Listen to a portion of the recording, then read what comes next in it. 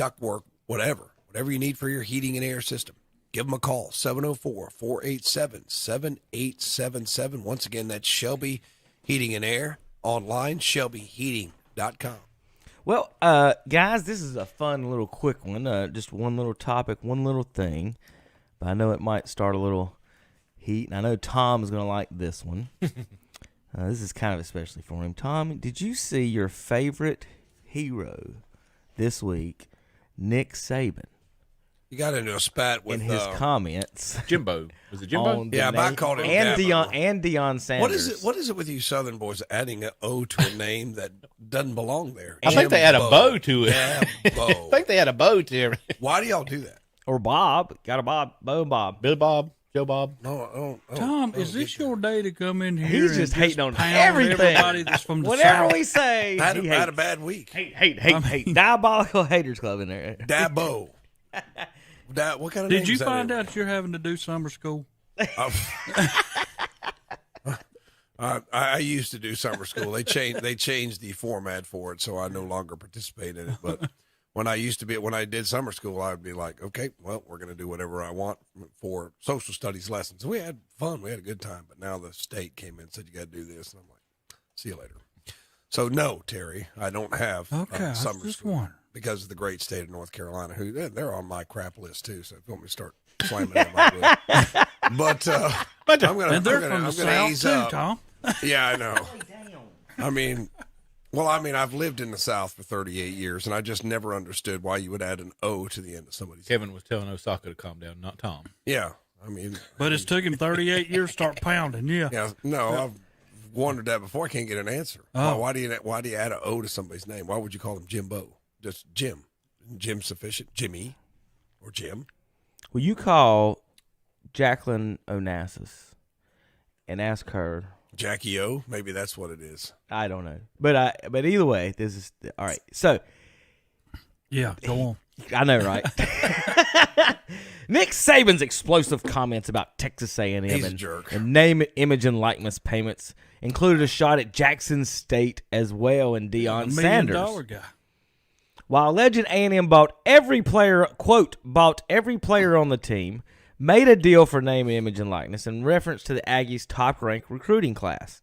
He was complaining, Tom, about his second-ranked recruiting class. There's probably some sour grapes over a couple of those kids going to A&M over Alabama. And who won the game last year? And A&M beat them last year. Mm-hmm. And A&M might beat them again this year. Just leave Jackson State out of it. Good gracious. How many times they get anybody good? Yeah, I know. And well, pick on the little kid. Right. and so let me read the rest of the story here. And he says, and then Jackson State paid a guy $1 million last year.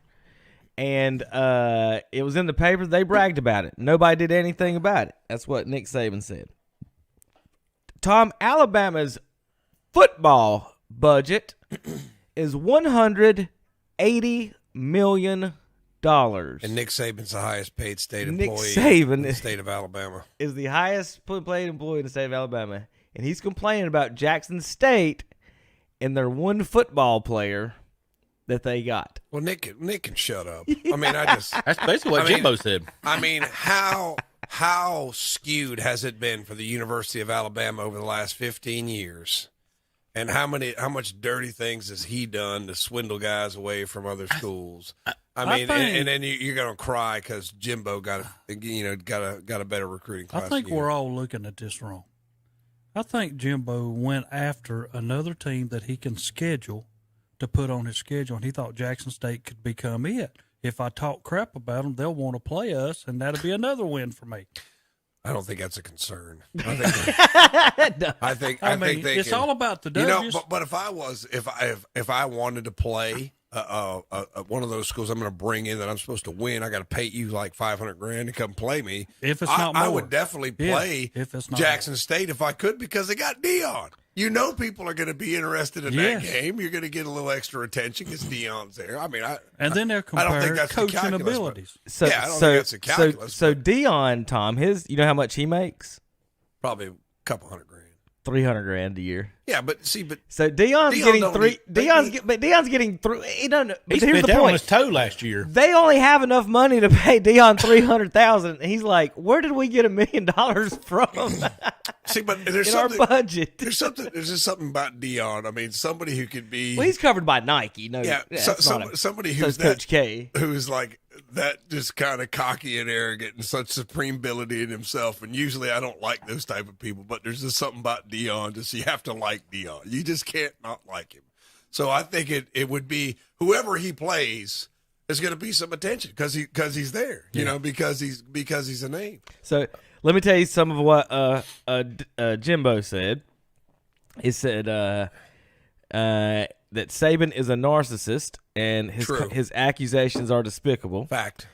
He implied that Saban's programs have long violated NCAA rules, including when Fisher was an assistant under Saban at LSU from 2000 to 2004. Is there? I mean, you're talking about like real or alleged? Like He implied that Saban's programs allegedly. Allegedly. have long violated NCAA rules. Quote, some people think they are God. Go dig into how God did his deal, and you may find out a lot about a lot of things you don't want to know. We built him up to be this czar of football. Go dig into his past. End quote from Jimbo. He just talking took about- gloves off on him. Yeah, he Well, did. I just But now tell you. think about it. When he is done and all is said and done, he's going to write a book about what really happened at LSU. You talking about Jimbo? Yes. He probably will. But I'm just telling you, little Nicky's a crybaby. Hey. That's why I can't. I mean, anybody who's had that much success and you're still crying, because one time somebody beat you out for a Right. couple of What is he recruits. whining about? What are you crying for, man? Shut up. I mean, who couldn't They build? didn't even play football. They just I mean, again, he's a great recruiter, and he's able to recruit all these number one, eventually draft choice, and that's why he wins. But I'm going to tell you, give any team in the NFL, okay, this year you got 3 number one draft picks, and next year you got 3 number one draft picks, and none of these other teams can do it. Well, of course they're going to win. So quit crying, man. Quit crying. $10 million, and basically made with quasi-slave labor. Shut up. And everybody Shut up. needs to think about it because Nick Saban's second squad is probably better than 75% of the colleges Right. out here now. well, he could beat Jackson State with his second squad. You know. Yeah, but Kevin? he'll, Right. You should have made a. and he'll cry. He'll cry if anybody leaves. Like, ooh, you had a commitment to me. Ooh. You Was should that- have had a. You should have made a little Jimbo this week. That would Oh have been. God. Oh, That would have been awesome.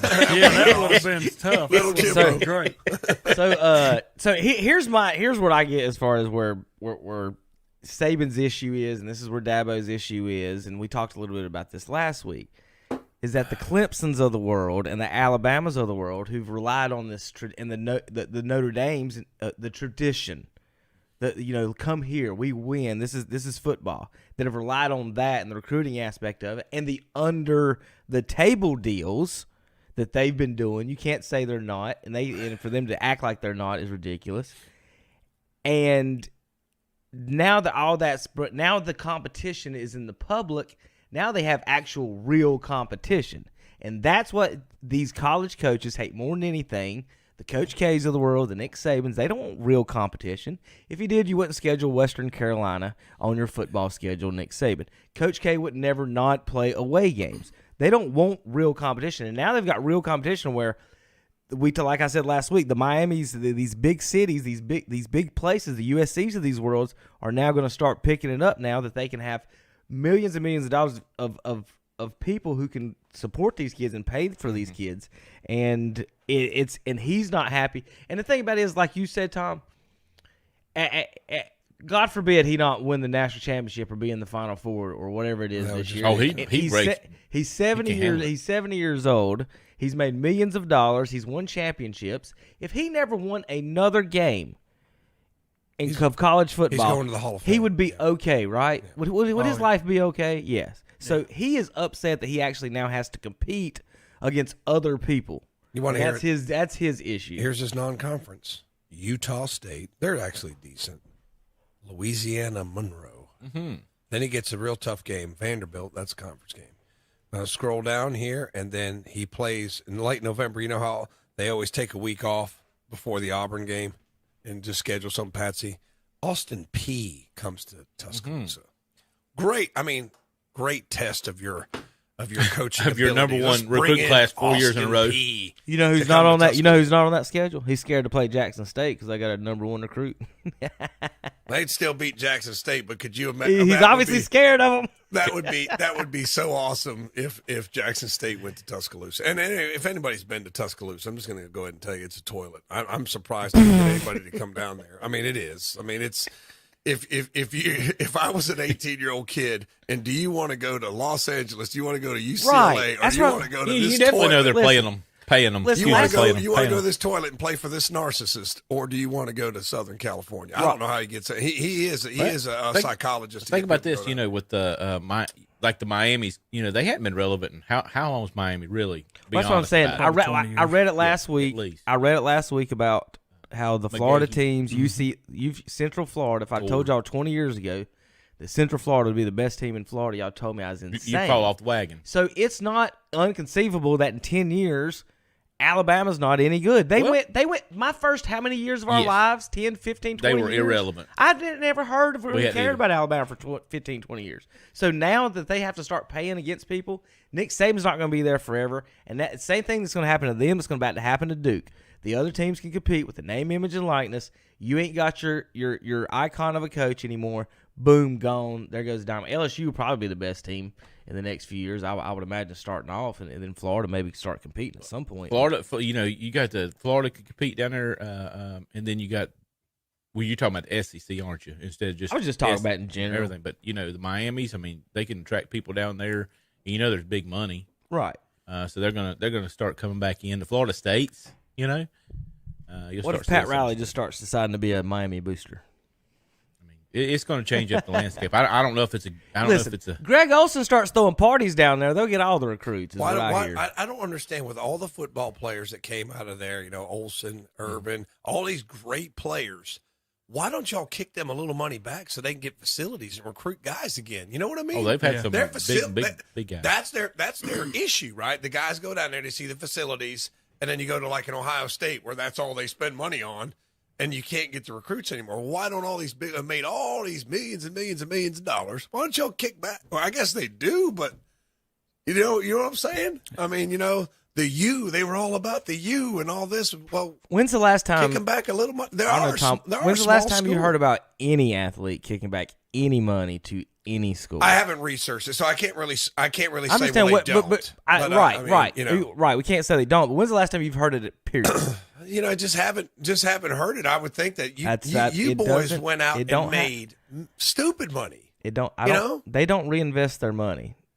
But I just Not in the community, not in the schools. These athletes don't. if You I would think had- they would, but they know, don't. if They I don't. Had, if I had any athletic ability at all and made all that money, I would say, well, let me give you X amount of money, build a gym, put my name on it.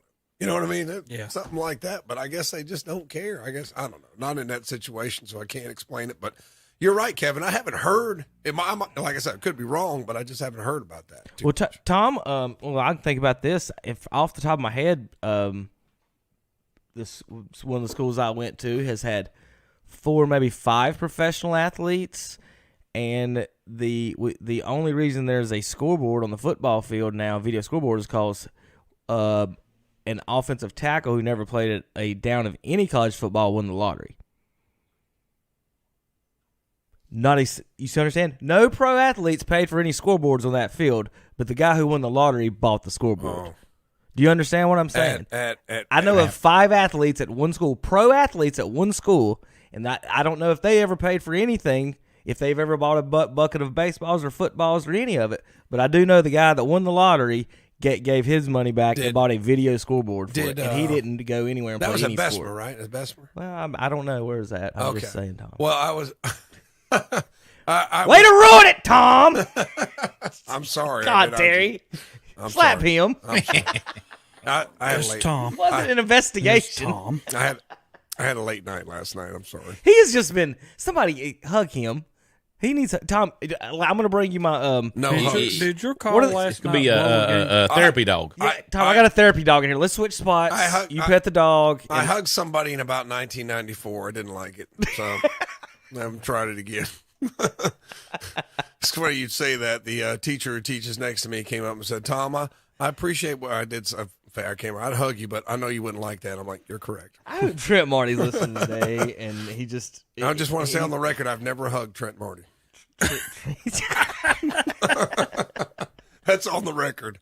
On the record. I'm going on the record today with that. I'm sorry, Kevin. I'm sorry I spoiled that for you. I'm gonna bring him I'm just trying to make a point of just an example that I know of, and I know there, I'm sure some guys give back to their communities and everything. Warwick Dunn was fantastic building houses in New Orleans. And some guys do. Yep. But you just don't hear a lot about it. You don't see it in the papers or in this or in that a lot about that part of it. I mean, have you ever heard of Nick Saban building anyone a house? Besides his, he might have. I haven't heard. I don't want to say he hasn't, but I just haven't heard. He might have added have you on to heard? his house. Have you heard of any of these coaches building anyone a house? That's what I'm saying. Like, Maybe other than yes, Warwick, yeah. I said Warwick Dunn. Terry knew immediately. I said name another person. We're all like, Warwick. I think there was a preacher.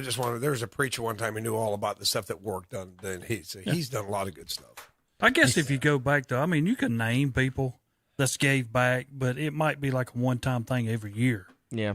You know what I'm saying? I think they say, and I have to Cam research Newton it, but did for North Carolina. I think down here in Charlotte a lot. I think they say Drew Brees is really big in New Orleans, but Well, with the there's a community difference stuff. between supporting your own charity and doing other things, and you also have to look into that too when they do their own things on who's doing what and where that money actually goes. When they say, "Hey, yeah, I'm supporting my foundation," well, okay, well, where does that money going in your foundation? So some of that is tax write-offs with these millionaires. To be 100% honest and frank about it and say it's not is dishonest, but you hate it that that's what they do with it. But like Terry said, do you give? Do you building a house for somebody, is that more important than donating to your own charity? Yeah, there you go. Well, that's kind of the point I'm kind of making. You building a house for a family or whatever they do with that money, I don't know. But all right, we're going to come back. We got all kinds of things to talk about today. We've got NASCAR, NBA playoffs, Major League Baseball updates, and NFL too soon early picks, and more on KTCBroadcasting.com.